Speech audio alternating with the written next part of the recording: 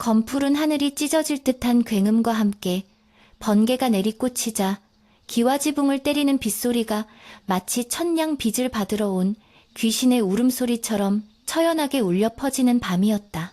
안채와 사랑채 사이의 좁은 회랑, 비바람이 들이치는 그곳에 한 사내가 짐승처럼 웅크리고 숨을 죽인 채 서 있었으니 그는 다름 아닌 이 집의 주인 조대감이었다. 칠순을 바라보는 나이임에도 불구하고 그의 눈빛은 굶주린 늑대처럼 번들거리고 있었으며 주름진 손은 방문 창호지에 뚫린 작은 구멍을 더듬으며 떨리고 있었는데 그것은 추위 때문이 아니라 뱃속 깊은 곳에서부터 끓어오르는 기이하고도 불길한 열기 때문이었다. 방 안에서 흘러나오는 은은한 호롱불 빛이 창호지에 두 사람의 그림자를 비추자 조 대감은 마른 침을 꿀꺽 삼키며 가끈을 거칠게 움켜쥐었고 그의 입에서는 사람의 것이라고는 믿기 힘들 정도의 거친 숨소리가 빗소리에 섞여 새어나왔다. 저토록 고운 것이 어찌하여 내 것이 아니고 아들놈의 차지란 말인가. 그의 중얼거림은 천륜을 거스르는 폐륜의 씨앗이 되어 빗물과 함께 진흙바닥으로 뚝뚝 떨어져 내렸다. 방 안에서는 도란도란 정겨운 말소리가 흘러나오고 있었는데 그것은 조대감의 외아들 달수와 그의 아내 분이의 목소리였다. 달수는 본래 심성이 유약하고 착하기 그지없는 효자였고 며느리 분이는 인근 마을에서 효행과 미모로 칭송이 자자한 여인이었으니 두 사람의 금슬은 마치 한 쌍의 원앙과도 같았다.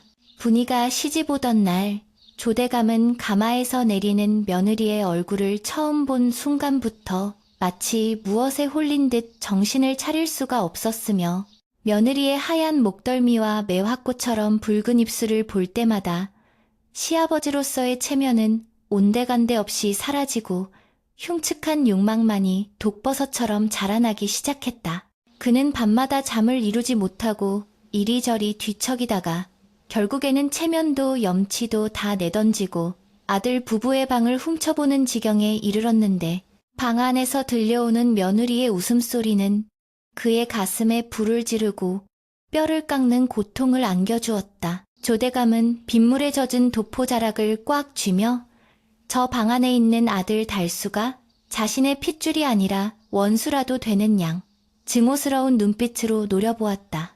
번개가 다시 한번 번쩍이며 마당의 앙상한 나뭇가지를 비추자 조대감의 얼굴에 서린 그림자가 더욱 기괴하게 일그러졌다. 그는 자신이 평생을 바쳐 모은 재산과 권세로도 가질 수 없는 것이 있다는 사실을 인정할 수 없었으며 늙어가는 자신의 육신과 대비되는 아들의 젊음이 사무치게 부러웠고 또 미웠다. 내 재물로 사온 며느리가 아니더냐. 내 집 쌀을 먹고 내 집 비단을 입는 아이가 아니더냐.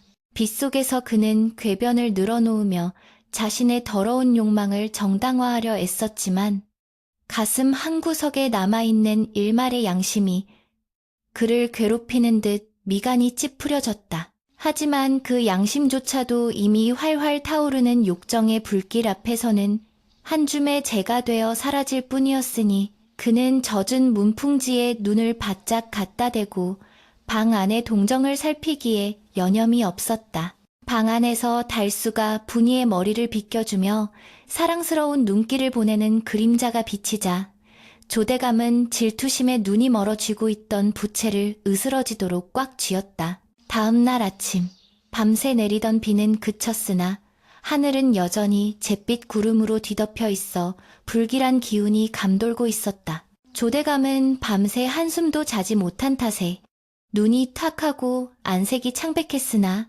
그의 눈빛만은 묘하게 빛나고 있어 보는 이를 섬뜩하게 만들었다. 그는 사랑방에 앉아 장죽을 두드리며 하인을 시켜 아들 달수를 불렀는데 그의 머릿속에는 이미 밤새 고민하여 세운 무서운 계략이 귀를 틀고 있었다. 잠시 후 달수가 문을 열고 들어와 공손하게 절을 올리자 조대감은 짐짓 온화한 표정을 지으며 아들을 맞이했으나 그 미소 뒤에는 시퍼런 칼날이 숨겨져 있었다. 아버님, 밤새 평안하셨는지요? 안색이 좋지 않아 보이십니다. 달수의 걱정 어린 물음에 조대감은 헛기침을 하며 장죽을 내려놓았고 짐짓 근엄한 목소리로 입을 열었다. 내 몸이 중요한 것이 아니다. 집안의 가세가 예전 같지 않으니 걱정이 태산이로구나. 조 대감은 달수에게 집안의 재정 상황이 어렵다는 거짓 핑계를 대며 먼 바닷가 마을로 가서 장사를 하여 큰 이문을 남겨오라고 지시했다. 사실 조 대감의 곳간에는 쌀이 썩어날 정도로 재물이 넘쳐났으나 세상 물정 모르는 달수는 아버지의 말을 철석같이 믿고 근심스러운 표정을 지었다. 아버님, 소자가 장사에는 문외한이라 잘 해낼 수 있을지 걱정입니다. 하물며 이제 갓 들어온 안 사람을 두고 먼 길을 떠나려니 발길이 떨어지지 않습니다. 달수의 말에 조대감은 속으로 쾌재를 부르면서도 겉으로는 엄한 표정으로 아들을 꾸짖었다.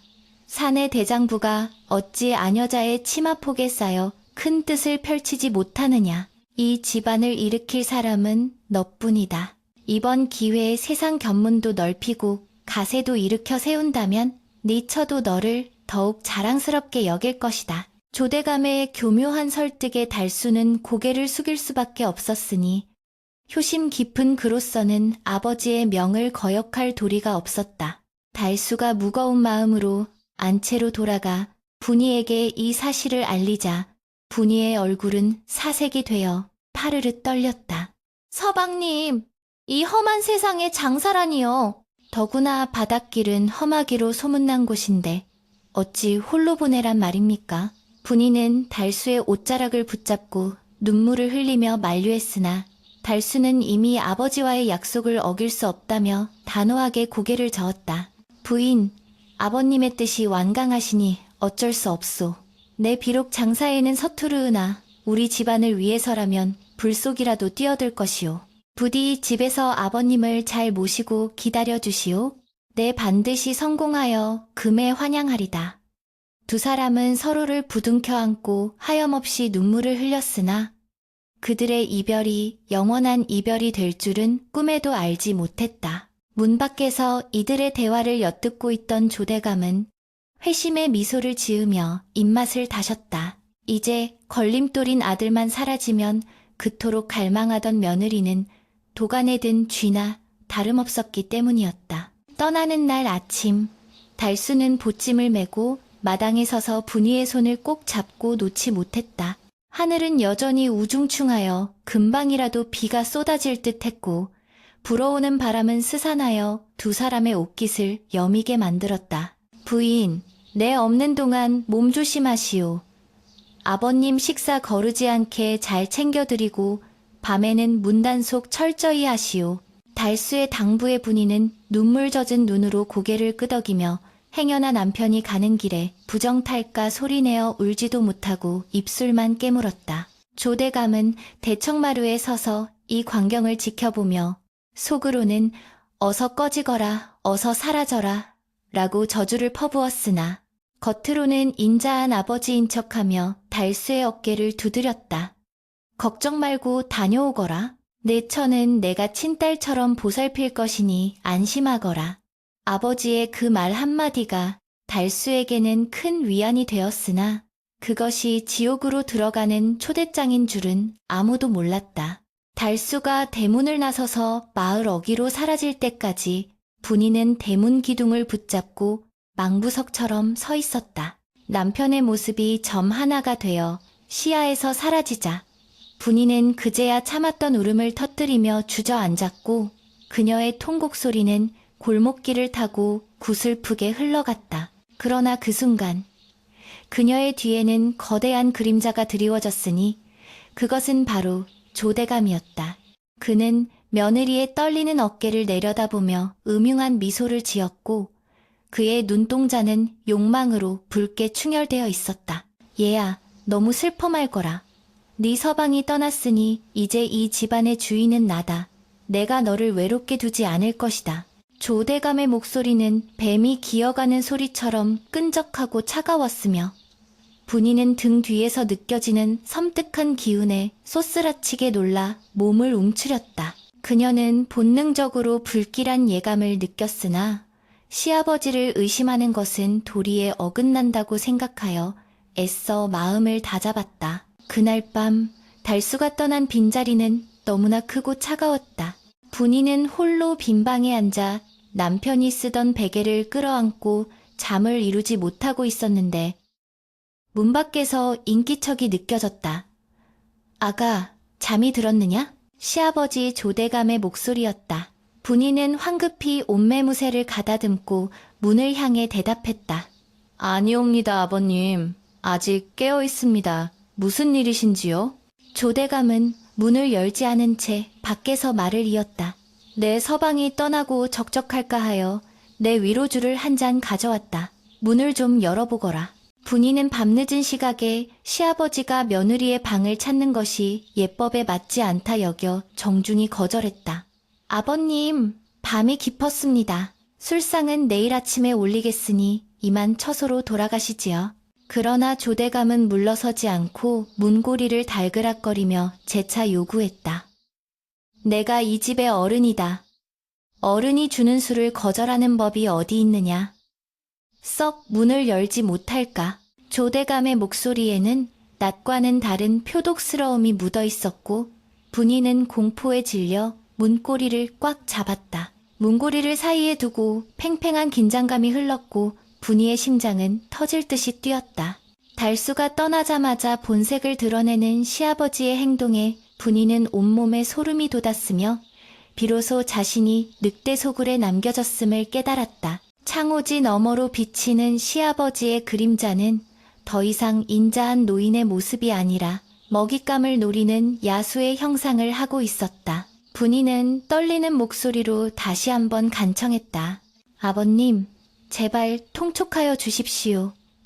남녀가 유별하고 시아버지와 며느리 사이에는 지켜야 할 법도가 있는 법입니다.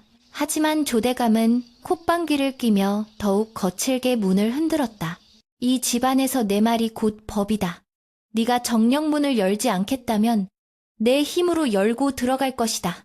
낡은 문고리가 부서질 듯 덜컹거리는 소리는 분이의 절망과 공포를 대변하는 듯했다. 그 순간 어디선가 부엉이 우는 소리가 처량하게 들려왔고 구름에 가려졌던 달이 잠시 얼굴을 내밀어 마당을 비췄다. 조대감은 잠시 문 흔들기를 멈추고 주위를 두리번거리더니 낮은 목소리로 으르렁거렸다. 오늘은 이만 물러가마.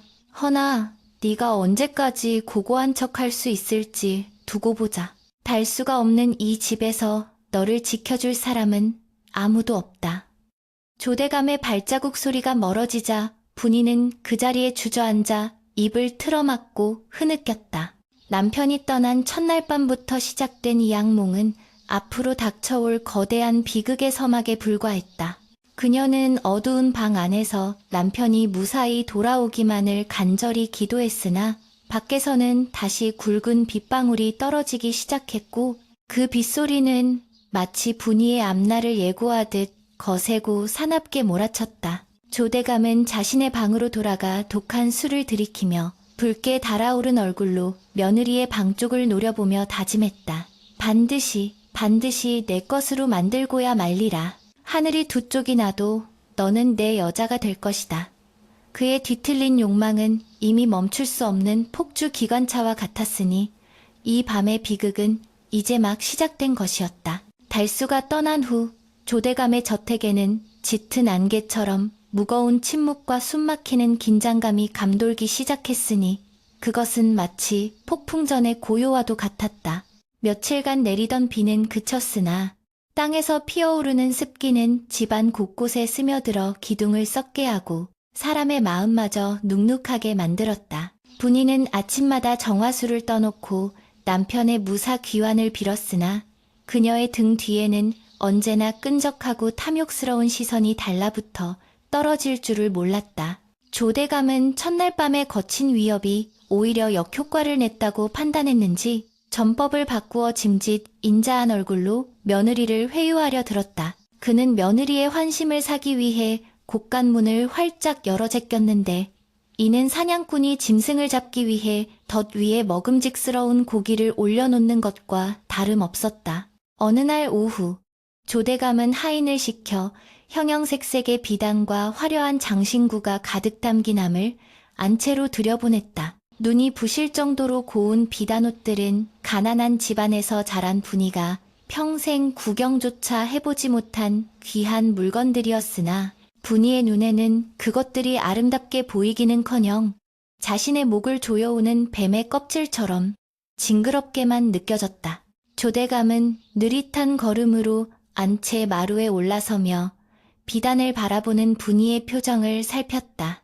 아가, 네 서방이 떠나고 마음이 허할 터인데 이 옷이라도 지어 입고 기분 전환을 하거라. 내 너를 친딸처럼 여기니 주는 선물이다. 그의 목소리는 기름을 바른 듯 매끄러웠으나 눈가 주름 사이에 숨겨진 욕망은 감출 수가 없었다. 분이는 비단 함을 밀어내며 단호하게 고개를 저었다. 아버님, 지아비가 객지로 떠나 고생을 하고 있는데 어찌 안하기 화려한 옷을 입고 치장을 하겠습니까? 이는 도리에 맞지 않는 일이오니 거두어 주십시오. 분이의 거절에 조대감의 눈썹이 꿈틀거렸으나 그는 억지로 웃음을 지으며 비단 한 피를 집어 분이의 어깨에 걸쳐보려 했다. 도리라, 도리라. 그놈의 도리가 밥을 먹여주더냐? 너는 아직 젊고 꽃처럼 곱다. 그 젊음을 수절이라는 낡은 감옥에 가두기에는 너무 아깝지 않으냐?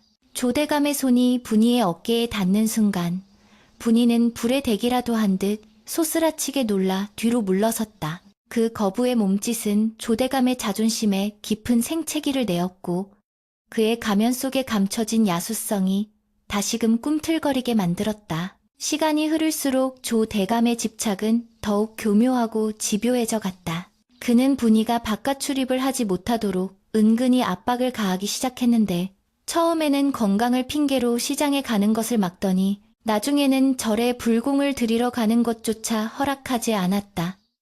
바깥 세상이 흉흉하다. 양반과 며느리가 함부로 얼굴을 내밀고 다니면 구설수에 오르기 십상이다.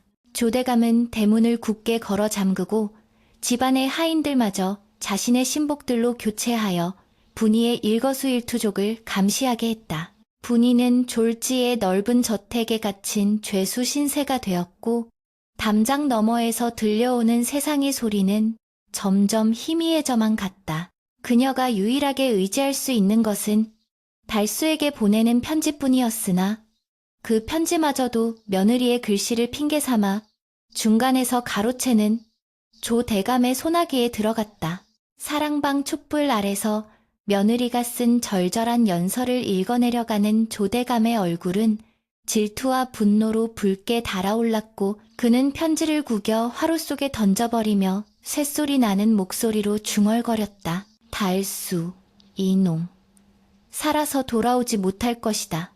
아니, 돌아와도 네 자리는 없을 게다. 화로 속에서 타들어가는 편지처럼 분이의 희망도 서서히 재가 되어가고 있었으나 그녀는 결코 꺾이지 않았다. 분이는 낮이면 태바느질을 하거나 경전을 필사하며 마음을 다스렸고 밤이면 은장도를 품에 안고 잠을 청했다. 조대감은 온갖 사내진미를 차려 며느리의 상에 올리게 했으나 분이는 거친 잡곡밥과 나물 반찬만을 입에 대며 청빈한 생활을 고집했다. 내 집살이 마음에 들지 않는다는 게냐? 아니면 내가 주는 음식에 독이라도 탔을까봐 그러느냐?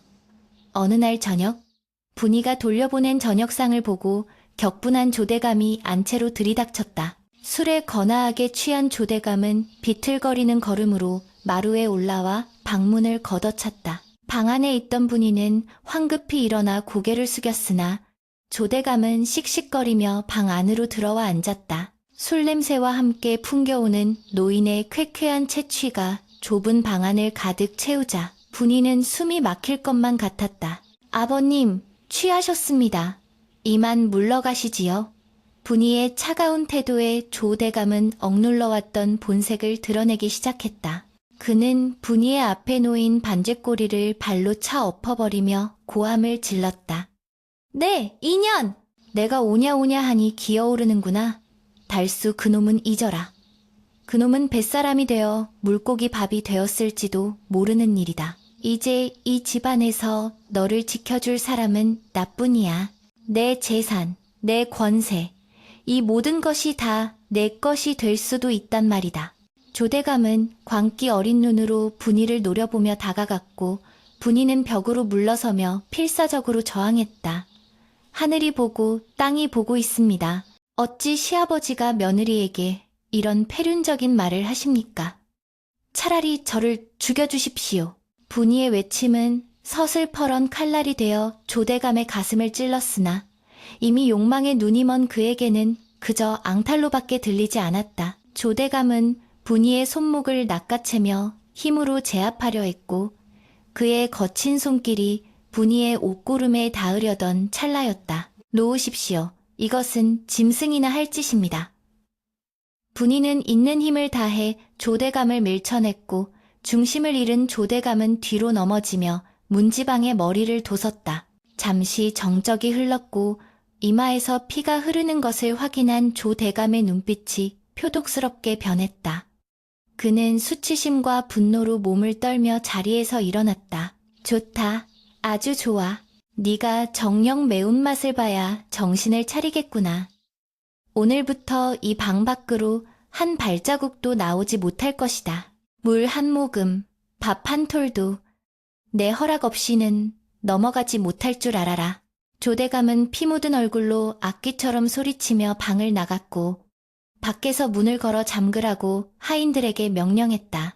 덜컹거리는 자물쇠 소리가 분이의 가슴에 못을 박듯 울려 퍼졌고 그녀는 어둠 속에 홀로 남겨졌다. 창문 틈으로 들어오는 달빛만이 그녀의 유일한 벗이었으나 그 달빛마저도 창살에 가려져 조각조각 부서져 내렸다. 그날 이후로 조대감의 저택은 분이에게 완벽한 감옥이 되었다. 하인들은 주인 영감의 서슬 퍼런 눈빛이 무서워 며느리 방 근처에는 얼씬도 하지 못했고 가끔 밥상을 들여밀 때도 죄인 대하듯 눈을 마주치지 않았다. 조대감은 매일 밤 며느리의 방 앞을 서성거리며 그녀가 항복하고 나오기를 기다렸다. 그는 회유와 협박을 번갈아가며 며느리의 정신을 무너뜨리려 했다. 분이야, 밖은 춥고 배고프지 않느냐. 문만 열면 비단 이불과 따뜻한 고기국이 너를 기다리고 있다. 고집 그만 피우고 내 품으로 오거라.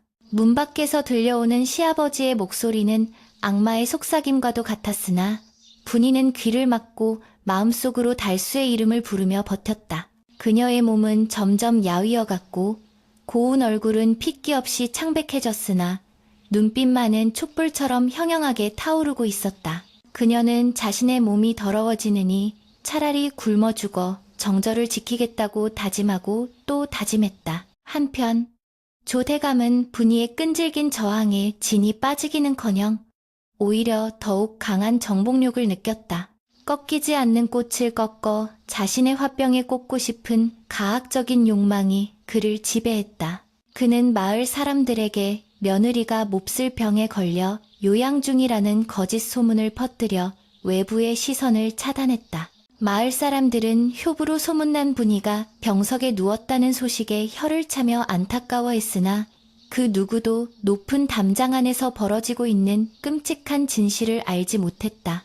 조대감은 사랑방에 앉아 며느리의 방 쪽을 바라보며 독한 술을 들이켰다. 그의 머릿속에서는 이미 인간으로서의 윤리는 사라진 지 오래였고 오직 본능만이 남아 꿈틀거리고 있었다. 그는 이제 마지막 수단을 쓰기로 결심했으니 그것은 며느리의 희망을 완전히 끊어놓는 잔인한 거짓말이었다. 바람이 몹시 불던 어느 날 밤, 조 대감은 짐짓 비통한 표정을 지으며 며느리의 방문을 두드렸다. 아가, 문을 열어보거라. 내게 전할 비보가 있다. 며칠간 물 한 모금 제대로 마시지 못해 탈진해 있던 분이는 비보라는 말에 정신이 번쩍 들어 기어가다시피 문 앞으로 다가갔다. 무슨 일이십니까? 서방님께 무슨 일이라도 생긴 것입니까? 떨리는 분이의 목소리에 조대감은 거짓 눈물을 훔치며 말했다. 오다 가다 들은 상단의 말로는 동해바다에 큰 풍랑이 일어 배가 모두 뒤집혔다더구나. 달수 그 아이가 시신조차 찾지 못했다고 한다. 그 말은 마른 하늘의 날벼락처럼 분이의 머리 위로 떨어졌다. 분이는 비명조차 지르지 못하고 그 자리에 털썩 주저앉았고 세상이 무너져 내리는 듯한 절망감에 휩싸였다. 문 밖의 조 대감은 입가에 비릿한 미소를 머금고 며느리의 통곡 소리를 기다렸으나 방 안에서는 숨이 넘어갈 듯한 헐떡임 소리만 들려올 뿐이었다. 이제 너는 과부다. 청산과부가 되어 평생을 수절하며 늙어 죽을 텐가? 죽은 사람은 죽은 사람이고 산 사람은 살아야지. 조 대감은 태기를 박듯 잔인한 말을 뱉어냈다. 내일 밤 내가 다시 올 것이다. 그때는 문을 열어두거라. 이것이 내가 너에게 베푸는 마지막 잡이다. 만약 내일도 거절한다면 그때는 내 방식대로 하겠다. 조대감은 승리감에 도취되어 발걸음을 돌렸다. 아들이 죽었다는 거짓말에 며느리가 무너져 내릴 것이라 확신했기 때문이었다. 그러나 방 안의 분이는 멍하니 허공을 응시하다가 이내 입술을 깨물며 피를 흘렸다. 남편의 죽음을 믿을 수 없었다. 아니, 믿어서는 안 되었다. 그리고 설사 남편이 죽었다 한들 금수만도 못한 시아버지의 놀이개가 될 수는 없었다. 그녀의 눈에서는 눈물이 말라버렸고 그 자리에는 서리빨 같은 결기가 들어차기 시작했다. 그녀는 비틀거리는 몸을 일으켜 벽에 걸린 가위를 집어들었다. 그녀의 시선은 자신의 긴 머리카락을 향하고 있었으나 그 마음은 이미 이 지옥 같은 집을 벗어나 생사를 건 탈출을 계획하고 있었다. 밤바람이 문풍지를 세차게 흔들며 울어댔고 그 소리는 마치 분이의 결단을 재촉하는 북소리처럼 들려왔다. 사각, 사각. 정적을 가르는 섬뜩한 소리가 어두운 방 안을 가득 채웠다. 그것은 마치 생명을 끊어내는 소리처럼 들렸으나 실상은 여인의 목숨과도 같은 검은 머리카락이 잘려나가는 소리였다. 분이는 떨리는 손으로 은장도 옆에 놓인 가위를 쥐고 자신의 허리까지 내려오던 탐스러운 타래머리를 싹둑 잘라냈다. 바닥에 툭 하고 떨어지는 머리카락 뭉치는 마치 참수당한 죄인의 목처럼 처참하게 흩어졌고 분이의 눈에서는 더 이상 눈물이 흐르지 않았다. 그녀는 잘려나가는 머리카락과 함께 시집올 때 품었던 부귀 영화의 꿈도 아내로서의 평범한 행복도 모두 베어버렸다. 신체발부 수지부모라 했으나 짐승의 욕망에 더러워지느니 차라리 이 머리를 자르고 비구니가 되거나 귀신이 되리라. 거울 속에 비친 자신의 모습은 헝클어진 단발머리의 낯선 여인이었으나 그 눈빛만은 굶주린 호랑이 앞에서도 물러서지 않을 만큼 서슬퍼렇게 빛나고 있었다. 밖에서는 삭풍이 몰아치며 문풍지를 거칠게 흔들어댔고 밤새 내린 폭설은 온 세상을 하얗게 뒤덮어 이 비극을 감추려 하고 있었다. 분이는 잘려진 머리카락을 한지에 곱게 싸서 서방님과 함께 쓰던 베개 위에 올려두었다. 그것은 남편에 대한 마지막 사죄이자 시아버지 조대감에게 보내는 무언의 저항이었다. 그녀는 소복 안에 무명천을 칭칭 감아 남장을 하고 집신끈을 단단히 동여매었다. 이제 그녀가 갈 곳은 따뜻한 아랫목이 있는 안채가 아니라 늑대가 울부짖는 눈 덮인 산속이었다. 살아서 욕을 당하느니 죽어서 깨끗한 혼이 되겠습니다. 서방님, 부디 저승에서라도 다시 만납시다. 분이는 은장도를 품속 깊이 찔러 넣으며 비장한 각오를 다졌다. 방문을 조심스럽게 열자 차가운 냉기가 얼굴을 때리며 살을 애는 듯한 고통을 주었다. 마당에는 하얀 눈이 무릎까지 쌓여 있었고 모든 것이 얼어붙은 정막 속에서 간간히 들려오는 개 짖는 소리만이 그녀의 심장을 옥죄어왔다. 그녀는 숨을 죽이고 고양이처럼 살금살금 마루를 내려와 담장 쪽으로 향했다. 발을 내디딜 때마다 뽀드득하고 들리는 눈 밟는 소리가 천둥 소리처럼 크게 들려 등줄기에 식은땀이 흘렀다. 담장은 높고 미끄러웠다. 분이는 얼어붙은 손으로 거친 돌담 틈을 찾아 필사적으로 기어올랐다. 손톱이 깨지고 손가락 끝에서 피가 배어나왔지만 고통을 느낄 겨를조차 없었다. 뒤에서 누군가가 잡아당기는 것만 같은 공포가 그녀를 휘감았기 때문이다. 간신히 담장 위에 올라선 분이는 아래를 내려다보았다. 까마득한 높이였지만 주저할 시간이 없었다. 그녀는 눈을 질끈 감고 뛰어내렸다.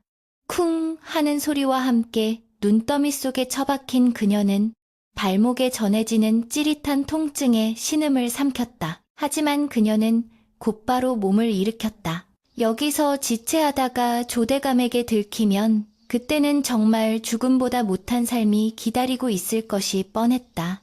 분이는 절뚝거리는 다리를 이끌고 마을 반대편, 사람의 발길이 닿지 않는 깊은 산속을 향해 걷기 시작했다. 눈보라가 그녀의 흔적을 지워주기를, 그리고 이 모진 운명이 그녀를 놓아주기를 간절히 빌며 어둠 속으로 사라져갔다. 한편 수백 리 떨어진 바닷가 포구 객주, 달수는 식은땀을 흘리며 비명을 지르고 잠에서 깨어났다. 부인! 안 돼, 부인! 그의 고함 소리에 옆에서 자던 보부상들이 놀라 일어났다. 달수의 꿈속에서 분이는 피눈물을 흘리며 머리카락을 자르고 있었고 그녀의 뒤에는 검은 구렁이가 입을 벌리고 삼키려 하고 있었다. 심장이 터질 듯이 뛰고 가슴이 답답하여 견딜 수가 없었다. 달수는 직감적으로 집에 큰 병고가 생겼음을 깨달았다. 아버지가 장사를 하라고 보냈지만 떠나온 내내 마음이 편치 않았다. 아버지가 분이를 바라보던 그 음흉한 눈빛이 자꾸만 뇌리에 스쳐 지나갔던 것이다. 돈이고 뭐고 다 필요 없다. 당장 돌아가야 해. 달수는 주섬주섬 짐을 챙겨 밖으로 뛰쳐나갔다. 밖은 폭설이 내려 한 치 앞도 분간할 수 없는 상황이었고 뱃사공들은 이 날씨에 배를 띄우는 것은 미친 짓이라며 그를 말렸다. 이보시오. 지금 바다에 나가면 10중 8구 물귀신이 될게요. 제발 날이 개명 가시오. 하지만 달수의 귀에는 아무것도 들리지 않았다. 그의 눈앞에는 오직 공포에 질린 아내의 얼굴만이 어른거렸다. 내 처가 죽어가고 있소. 내 목숨이 붙어있는 한 가야 한단 말이오. 달수는 말리는 사공들을 뿌리치고 육로를 택해 밤길을 달리기 시작했다. 말조차 구할 수 없는 험한 날씨에 그는 자신의 두 다리의 의지에 눈보라를 뚫고 나아갔다. 살을 애는 칼바람이 그의 뺨을 후려치고 쌓인 눈이 발목을 잡아채며 그를 넘어뜨렸지만 그는 기어코 다시 일어나 걷고 또 뛰었다. 부인, 제발 살아만 있어주시오. 내 금방 가리다. 내가 너무 늦지 않게 가리다. 달수의 뜨거운 눈물이 차가운 볼 위로 흐르다 얼어붙었고 그의 입에서는 하얀 입김이 뿜어져 나왔다. 그것은 단순한 입김이 아니라 사랑하는 이를 지키지 못했다는 죄책감과 불길한 예감에 맞서는 처절한 절규였다. 그의 발은 동상에 걸려 감각이 없었지만 아내를 향한 일념 하나가 그를 움직이게 하는 유일한 동력이었다. 날이 밝아오자 조대감의 집은 발칵 뒤집혔다. 조대감은 설레는 마음으로 하인들을 물리고 직접 며느리의 방 앞으로 다가갔다. 아가, 밤새 잘 생각해 보았느냐? 이제 문을 열고 내게 오거라. 그러나 방 안에서는 아무런 인기척이 없었다. 불길한 예감이 스친 조대감은 거칠게 문을 열어 젖혔다. 방 안은 텅 비어 있었고 차가운 냉기만이 그를 반겼다. 그의 시선이 멈춘 곳은 윗목의 베개 위였다. 하얀 한지 위에 놓인 검은 머리카락 뭉치. 그것을 본 순간 조 대감의 얼굴은 흑빛으로 변했다가 이내 시뻘겋게 달아올랐다. 그것은 명백한 거절이자 가문과 시아버지를 향한 가장 모욕적인 조롱이었다. 이 발칙한 년이 감히 내 머리 꼭대기에서 놀아? 조대감은 짐승처럼 포효하며 머리카락 뭉치를 집어던졌다. 그의 자존심은 산산조각이 났고 며느리에 대한 뒤틀린 욕망은 이제 걷잡을 수 없는 사리로 변질되었다. 당장 놈들을 풀어라. 집 안팎을 샅샅이 뒤져라. 멀리 가지 못했을 것이다. 조대감의 고함 소리에 집안의 모든 하인들과 머슴들이 횃불과 몽둥이를 들고 마당으로 집합했다. 조대감은 사냥개까지 풀어 며느리의 냄새를 맡게 했다. 마당의 눈 위에는 담장 쪽으로 향한 작고 희미한 발자국이 남아있었다. 저기다! 담을 넘었다! 저 발자국을 따라가라. 조대감은 자신이 직접 말을 타고 추격대 선두에 섰다. 칠순의 노인이라고는 믿기지 않을 만큼 그의 눈빛은 광기에 서려 있었고 입가에는 거품까지 물고 있었다. 그는 단순한 시아버지가 아니었다. 자신의 소유물을 훔쳐 달아난 도둑을 쫓는 탐욕스러운 악귀였다. 내 손에 잡히기만 해봐라. 두 다리를 분질러서라도 내 방에 가둬둘 것이다. 살아서 나가지 못한다면 죽어서라도 내 귀신이 되게 할 것이다. 말발굽 소리가 요란하게 울리며 눈 덮인 마을길을 질주했고 평화롭던 아침의 고요는 산산이 깨어졌다. 분이는 눈 덮인 산길을 헤치며 걷고 또 걸었다. 집시는 이미 닳아 떨어져 맨발이나 다름없었고 찢어진 옷 사이로 들어오는 냉기에 온몸이 사시나무 떨듯 떨렸다. 그녀가 향한 곳은 험하기로 소문난 천왕봉 쪽이었다. 마을로 내려가면 조 대감의 소나기에 잡힐 것이 뻔했기에 차라리 짐승에게 잡아먹힐지언정 사람의 발길이 닿지 않는 곳으로 가려 한 것이다. 하지만 밤새 내린 눈으로 길은 지워져 있었고 어디가 길이고 어디가 낭떠러지인지 구분할 수가 없었다. 허기와 추위가 그녀의 의식을 흐릿하게 만들었다. 서방님, 보고 싶습니다. 헛것이 보이는 듯 눈앞이 아른거렸으나 멀리서 들려오는 개 짖는 소리에 정신이 번쩍 들었다. 놈들이 쫓아오고 있었다. 그 소리는 점점 가까워지고 있었고 분이는 죽을 힘을 다해 비탈길을 기어올랐다. 거친 나뭇가지가 얼굴을 핥히고 가시덤불이 옷을 찢었지만 그녀는 멈출 수 없었다. 잡히면 끝이라는 공포가 추위마저 잊게 했다. 달수 또한 미친 듯이 눈길을 달리고 있었다. 밤새 쉬지 않고 걸어 어느덧 마을 어귀에 도착했을 때 그는 마을 분위기가 심상치 않음을 느꼈다. 사람들이 수근거리는 소리가 들려왔다. 조대감댁 며느리가 야반도주를 했다더군. 시아버지가 며느리를 탐했다는 소문이 돌더니 결국 사단이 났어. 그 말을 듣는 순간 달수의 눈앞이 캄캄해졌다. 우려했던 일이 현실이 되었다. 그는 주먹을 꽉 쥐고 피가 나도록 입술을 깨물었다. 아버지, 어찌하여 자식에게 이런 짓을 하십니까? 어찌하여 사람이기를 포기하셨습니까? 달수는 집으로 가는 대신 사람들이 손가락질하며 가리키는 산 쪽을 바라보았다. 저 멀리 산 중턱에서 횃불들이 움직이는 것이 보였다. 사냥꾼들이 몰이하듯 며느리를 쫓고 있는 광경이었다. 달수는 찢어지는 가슴을 부여잡고 산을 향해 달리기 시작했다. 분이, 조금만 버티시오. 내가 가고 있소. 그의 외침은 메아리가 되어 눈 덮인 산골짜기로 퍼져나갔다. 산 중턱, 분이는 더 이상 걸을 힘이 없어 쓰러지고 말았다. 손발은 동상으로 까맣게 변해가고 있었고 숨을 쉴 때마다 폐가 찢어지는 듯한 고통이 밀려왔다. 뒤를 돌아보니 횃불무리가 뱀처럼 구불거하며 산을 올라오고 있었다. 그들의 고함 소리가 바로 턱 밑까지 쫓아왔다. 저기 있다! 저기 바위 뒤에 숨었다! 하인 중 한 명이 소리쳤다. 조 대감의 웃음소리가 바람을 타고 들려왔다. 하하하, 도간에 든 쥐로구나. 어서 가서 끌어내라. 분이는 마지막 남은 힘을 짜내어 일어섰다. 그녀의 눈앞에는 천길 낭떠러지가 입을 벌리고 기다리고 있었다. 더 이상 갈 곳은 없었다. 뒤에는 짐승보다 못한 시아버지가, 앞에는 끝을 알 수 없는 죽음의 계곡이 있었다. 분이는 벼랑 끝에 서서 하늘을 올려다 보았다. 잿빛 하늘에서는 무심하게도 다시 눈이 내리기 시작했다. 그녀는 품속의 은장도를 꺼내어 목에 갖다 대었다. 놈들에게 잡혀 욕을 보이느니 스스로 목숨을 끊으리라 다짐했다. 그때였다. 부인?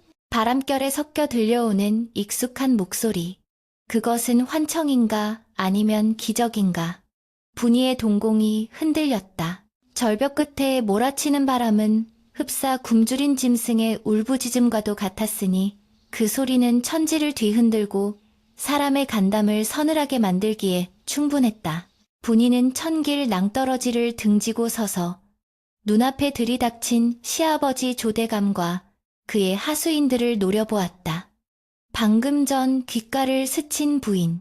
이라는 외침은 거센 바람소리에 묻혀 흔적조차 없이 사라졌고 분이는 그것이 죽음 직전에 들리는 환청이라 여겼다. 헝클어진 머리카락이 눈보라에 휘날려 그녀의 창백한 얼굴을 때렸으나 그녀의 눈빛만은 꺼지지 않는 불꽃처럼 이글거리고 있었다. 조대감은 가쁜 숨을 몰아쉬며 말 위에서 내려 며느리에게 한 걸음씩 다가갔다. 그의 눈은 광기로 번들거리고 있었고 입가에는 비릿한 웃음이 걸려 있었다. 이제 더 이상 도망칠 곳은 없다. 그곳은 이승의 끝이자 저승의 입구다. 살고 싶으면 이쪽으로 오거라.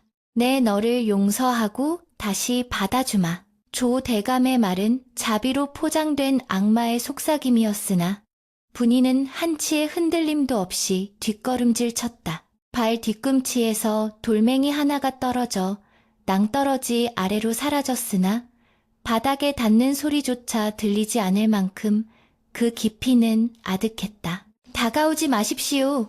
한 발자국만 더 오시면 내 이 자리에서 몸을 던져 원혼이 될 것입니다. 분이는 목에 댄 은장도를 더욱 힘주어 눌렀고 하얀 목덜미에서는 붉은 피가 한 방울 맺혀 눈 위로 떨어졌다. 그 선명한 핏방울은 하얀 설원 위에 핀 붉은 매화꽃처럼 처연하고도 아름다웠다. 조대감은 며느리의 결기 어린 모습에 잠시 주춤했으나 이내 표정을 일그러뜨리며 소리쳤다. 네가 정녕 죽으려는 게냐? 네가 죽으면 네 친정 식구들이 무사할 것 같으냐? 네가 죽으면 달수 그놈이 저승에서 편히 눈을 감을 것 같으냐? 죽은 남편과 친정을 들먹이는 비열한 협박에 분이의 가슴은 천갈래 만갈래로 찢어지는 듯했다. 그녀는 피눈물을 흘리며 하늘을 향해 울부짖었다. 하늘이시여! 어찌하여 저에게 이런 가혹한 시련을 주시나이까? 지아비를 잃고 시아버지에게 쫓기는 이 신세. 차라리 벼락을 내려 저를 거두어 가소서. 그녀의 절규는 메아리가 되어 산골짜기를 울렸으나 돌아오는 것은 차가운 눈바람뿐이었다. 바로 그 순간 하인들의 무리 뒤쪽에서 거친 고함 소리와 함께 누군가가 뛰쳐나왔다. 비켜라! 이놈들아! 다 비켜라! 흙투성이가 된 채 비틀거리며 달려오는 사내. 그는 다름 아닌 죽은 줄로만 알았던 달수였다.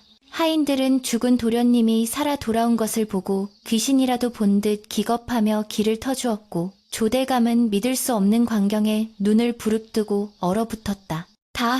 달수야. 네가 어찌... 조대감의 입술이 파르르 떨렸다. 달수는 아버지를 본체만체하고 오직 벼랑 끝에 위태롭게 서 있는 아내를 향해 손을 뻗으며 달려갔다. 부인, 내가 왔소. 내가 살아 돌아왔소.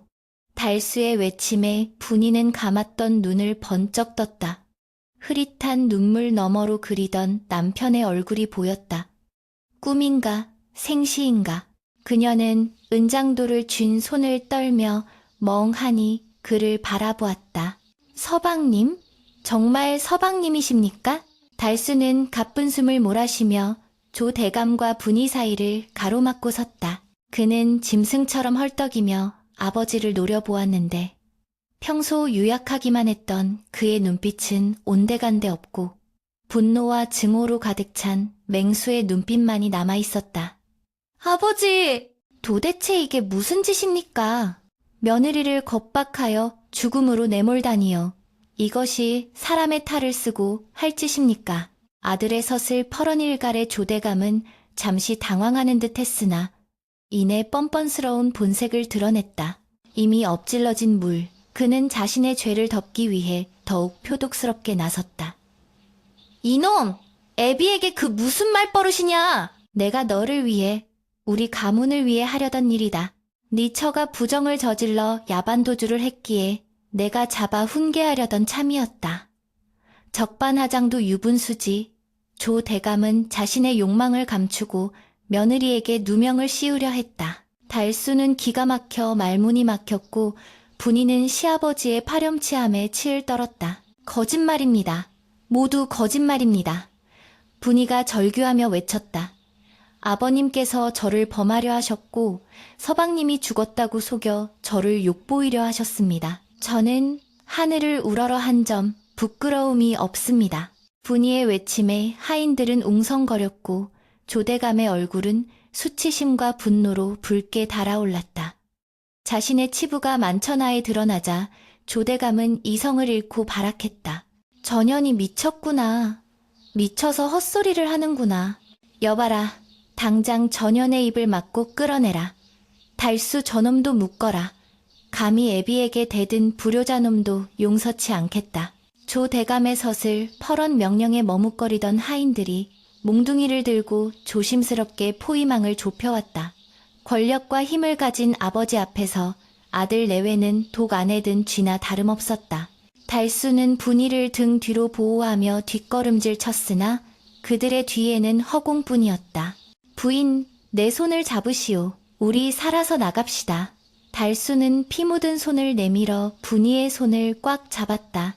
그 손은 얼음장처럼 차가웠으나 두 사람의 마음만은 뜨겁게 이어져 있었다. 그러나 현실은 냉혹했다. 수십 명의 장정들이 그들을 애워싸고 있었고 좁혀오는 포위망을 뚫고 나갈 길은 요원해 보였다. 게다가 조대감은 품에서 활을 꺼내 들고 있었다. 비켜라.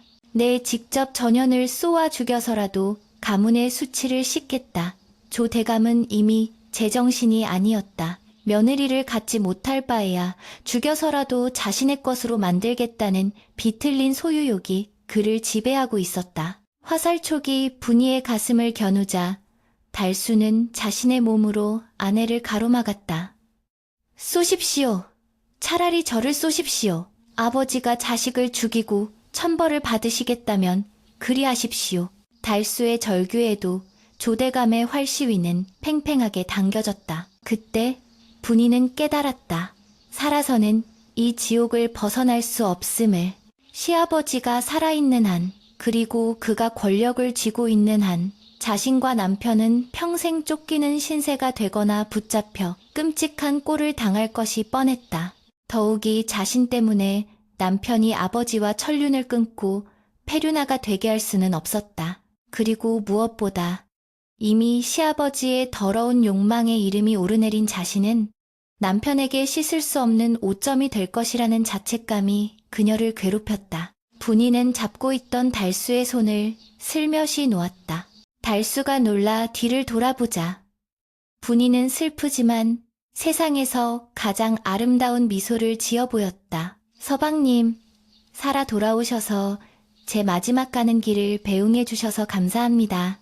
그것만으로도 저는 여한이 없습니다. 부인, 그게 무슨 말이오? 안 돼, 절대 안 돼요.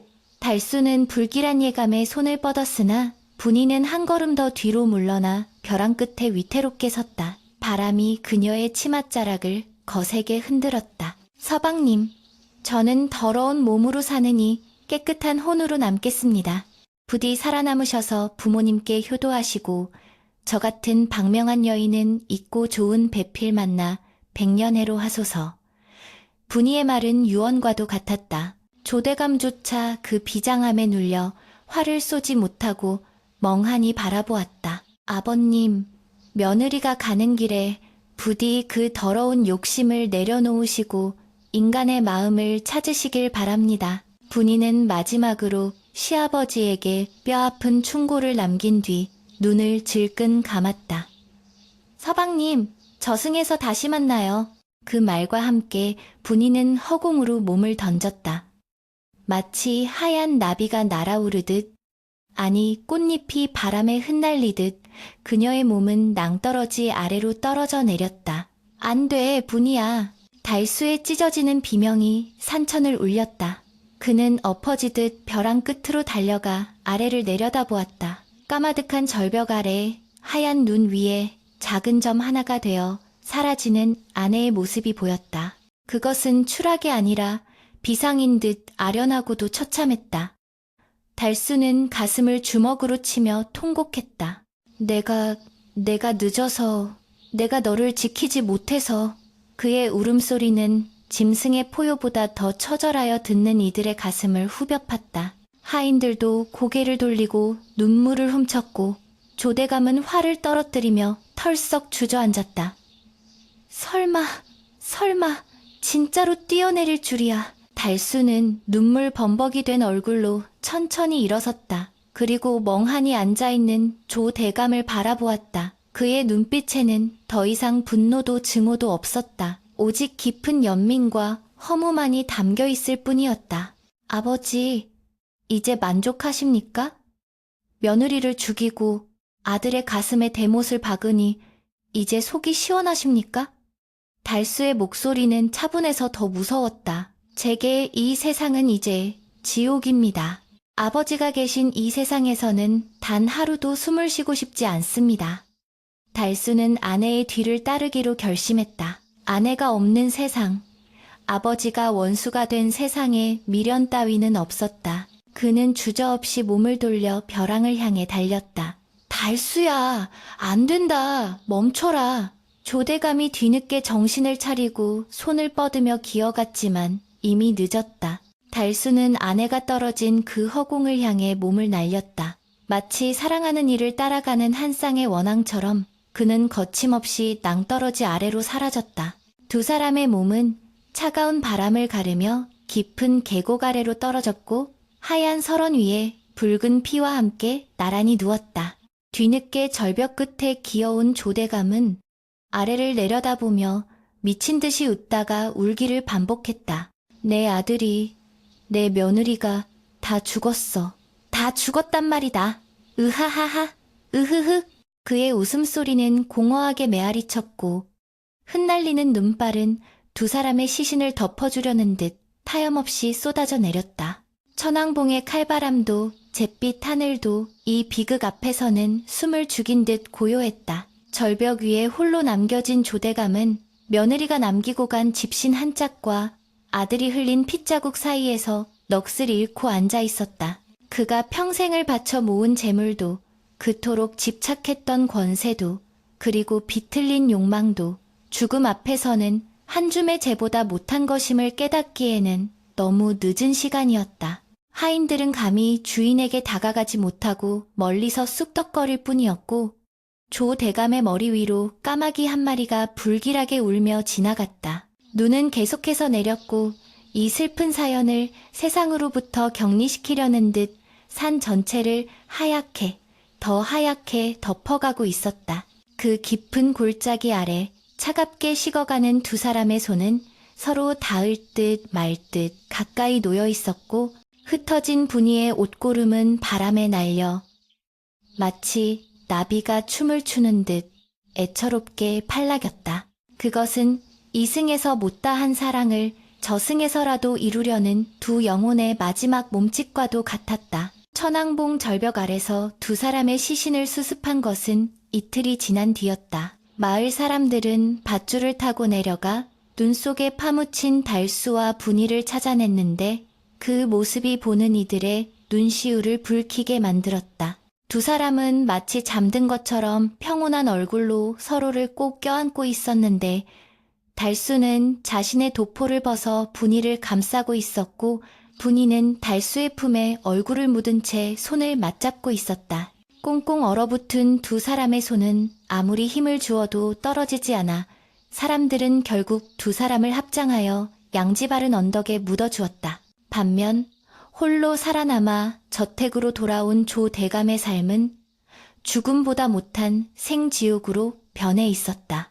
그는 아들과 며느리를 죽음으로 몰고 갔다는 죄책감보다는 자신이 그토록 원하던 것을 영영 갖지 못하게 되었다는 상실감과 패배감에 사로잡혀 미쳐가기 시작했다. 밤마다 그는 헛것을 보았다. 안채의 문이 덜컹거리면 분이가 돌아온 줄 알고 맨발로 뛰쳐나갔고 바람소리가 들리면 아들 달수가 자신을 원망하며 우는 소리라 여겨 이불을 뒤집어 쓰고 벌벌 떨었다. 화려했던 조 대감의 기와집은 주인의 광기와 함께 급속도로 쇠락해 갔다. 하인들은 미쳐 날뛰는 주인을 견디다 못해 하나둘씩 도망쳤고 곳간의 재물은 도둑들이 들어와 털어가도 지키는 이가 없었다. 잡초가 무성해진 마당에는 까마귀 떼만이 날아들어 불길한 울음소리를 내뱉었고 기와 지붕은 내려앉아 흉가처럼 변해버렸다. 조대감은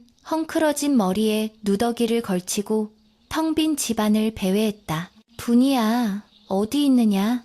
내 비단을 가져왔다. 이리 나와 보거라. 그는 허공에 대고 중얼거리며 썩은 음식을 며느리의 방 앞에 차려놓고 절을 하기도 했고 때로는 아들의 이름을 부르며 땅을 치고 통곡하다가 돌연 웃음을 터뜨리는 등 기행을 일삼았다. 마을 사람들은 그 집 앞을 지날 때마다 인과응보여 사필귀정이라. 천륜을 어긴 자의 말로가 저토록 비참하구나 하며 혀를 찾고 아이들조차 귀신이 나온다며 그 근처에는 얼씬도 하지 않았다. 그해 겨울은 유난히 길고 혹독했다. 눈보라가 몰아치던 어느 날 밤, 조대감은 차가운 냉골이나 다름없는 사랑방에서 홀로 최후를 맞이했다. 그는 죽는 순간까지도 회개하지 못한 채 며느리가 남기고 간 잘린 머리카락 뭉치를 손에 꽉 쥐고 눈을 부릅뜬 채 숨을 거두었다. 그의 시신은 며칠이 지나서야 발견되었는데 쥐들이 파먹어 형체를 알아보기 힘들 정도였다고 한다. 마을 사람들은 그의 시신을 거적에 대충 말아 아무도 찾지 않는 뒷산 음지에 묻어버렸다. 평생을 재물과 탐욕 속에 살았으나 가는 길에는 상주 하나 없이 버려진 개처럼 쓸쓸하고 비참한 죽음이었다. 이로써 조대감의 가문은 대가 끊기게 되었고 그가 쌓아올린 부귀영화는 한낱 일장춘몽이 되어 허무하게 흩어졌다. 사람들은 악인의 죽음을 동정하기보다는 하늘의 뜻이 무서움을 다시 한번 되새기며 몸을 떨었다. 이듬해 봄, 얼음이 녹고 산천에 새싹이 돋아날 무렵 기이한 일이 벌어졌다. 달수와 분이가 묻힌 무덤가에 이제껏 본 적 없는 나무 한 그루가 자라난 것이다. 그 나무는 잎보다 꽃이 먼저 피어났는데 눈처럼 하얀 꽃잎이 5장 달린 매화매화였다. 그 꽃에서는 분이의 살결에서 나던 은은한 향기가 퍼져나와 지나가는 사람들의 발길을 멈추게 했다. 사람들은 그 고결하고 깨끗한 자태가 죽어서도 정절을 지킨 분이의 넋이라 여겨 분임의 분이라 불렀다. 그런데 더욱 신기한 것은 그 매화나무 바로 옆에 붉은 진달래꽃 나무가 칭칭 감겨 자라고 있다는 사실이었다. 진달래는 마치 매화나무를 보호하려는 듯 가지를 뻗어 감싸 안고 있었고 그 붉은 빛깔은 흡사 달수가 흘린 피눈물처럼 선명하고 애절했다. 두 나무는 뿌리가 얽히고 가지가 맞닿아 마치 한 몸처럼 보였으니 죽어서도 떨어지지 않으려 했던 두 사람의 사랑이 꽃으로 환생한 것임에 틀림없었다. 그리고 또 하나, 기이한 꽃이 피어났으니 그것은 바로 조대감의 무덤가가 아닌 두 사람의 무덤 바로 아래쪽이었다. 온몸에 가시가 돋친 찔레꽃나무 하나가 삐죽이 솟아올라 매화나무와 진달래나무를 향해 가지를 뻗고 있었다. 하지만 그 찔레꽃은 결코 두 나무에 닿을 수 없었다. 찔레나무가 가지를 뻗어 위로 올라가려 할 때마다 바람이 불어와 가시가 제 몸을 찌르게 만들었기 때문이다. 찔레꽃은 하얗고 작았으나 향기가 독하고 줄기에는 억센 가시가 가득하여 사람들은 그 꽃을 보며 조대감의 집착과 탐욕이 뭉쳐진 것이라 수군거렸다. 저것 보게 죽어서도 며느리를 잊지 못해 저리 가시를 세우고 덤비는 꼴이라니. 사람들은 찔레나무를 혐오하여 베어내려 했으나 베어내면 베어낼수록 더욱 억세게 자라나 결국에는 두 꽃나무의 발치에서 영원히 닿을 수 없는 그리움과 고통 속에 몸부림치는 형국이 되었다. 이는 죽어서도 두 사람을 갈라놓으려 했던 조대감이 오히려 영원히 그들의 행복을 지켜보며 괴로워해야 하는 형벌을 받은 것이리라. 세월이 흘러 전설은 이야기가 되고 이야기는 다시 바람이 되어 세상에 퍼졌다. 마을 사람들은 해마다 봄이 오면 그 언덕에 올라 매화와 진달래, 그리고 그 밑에서 가시를 세우고 있는 찔레꽃을 보며 눈물을 흘렸다. 하얀 매화 꽃잎이 바람에 날려 붉은 진달래 위에 내려앉으면 마치 두 연인이 서로의 뺨을 어루만지는 듯 아름답고도 슬픈 풍경을 자아냈다. 반면 찔레꽃은 그 꽃잎들을 잡으려 허공에 가시를 휘저었으나 잡히는 것은 허공뿐이었다. 사람들은 이 새 꽃을 보며 욕망의 허무함과 사랑의 위대함을 배웠다. 재물로 사람의 마음을 살 수 없으며 힘으로 사랑을 꺾을 수 없다는 진리를 깨닫게 된 것이다. 조대감의 집터는 밭으로 변하여 흔적도 없이 사라졌으나 천왕봉 아래 피어난 새송이 꽃의 전설은 천년이 지난 지금까지도 사람들의 입에서 입으로 전해져 내려오고 있다. 어느 맑은 날 지나가던 한 스님이 그 꽃들을 보고 시 한 수를 읊었다고 한다.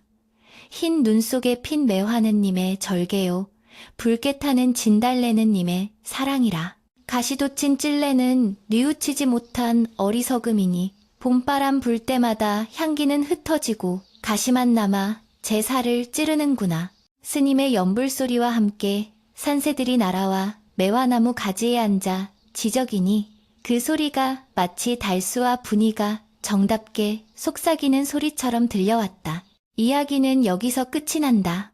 비록 이승에서의 삶은 짧고 비극적이었으나 그들의 사랑은 자연의 일부가 되어 영원한 생명을 얻었다. 지금도 비가 오거나 바람이 부는 날이면 그 언덕에서는 며느리를 부르는 노인의 쉰 목소리와 그를 피해 서로를 껴안는 연인의 속삭임이 들린다고 전해진다. 우리는 이 이야기를 통해 무엇을 얻어야 할까? 탐욕은 패망의 지름길이요, 진정한 사랑은 죽음조차 갈라놓을 수 없다는 만고불변의 진리일 것이다. 오늘 밤 창밖을 스치는 바람 소리에 귀를 기울여보라. 어쩌면 그 옛날 눈보라치던 밤에 사랑을 지키기 위해 몸을 던졌던 분이와 달수의 애달픈 영혼이 당신의 창가에 머물다 갈지도 모를 일이니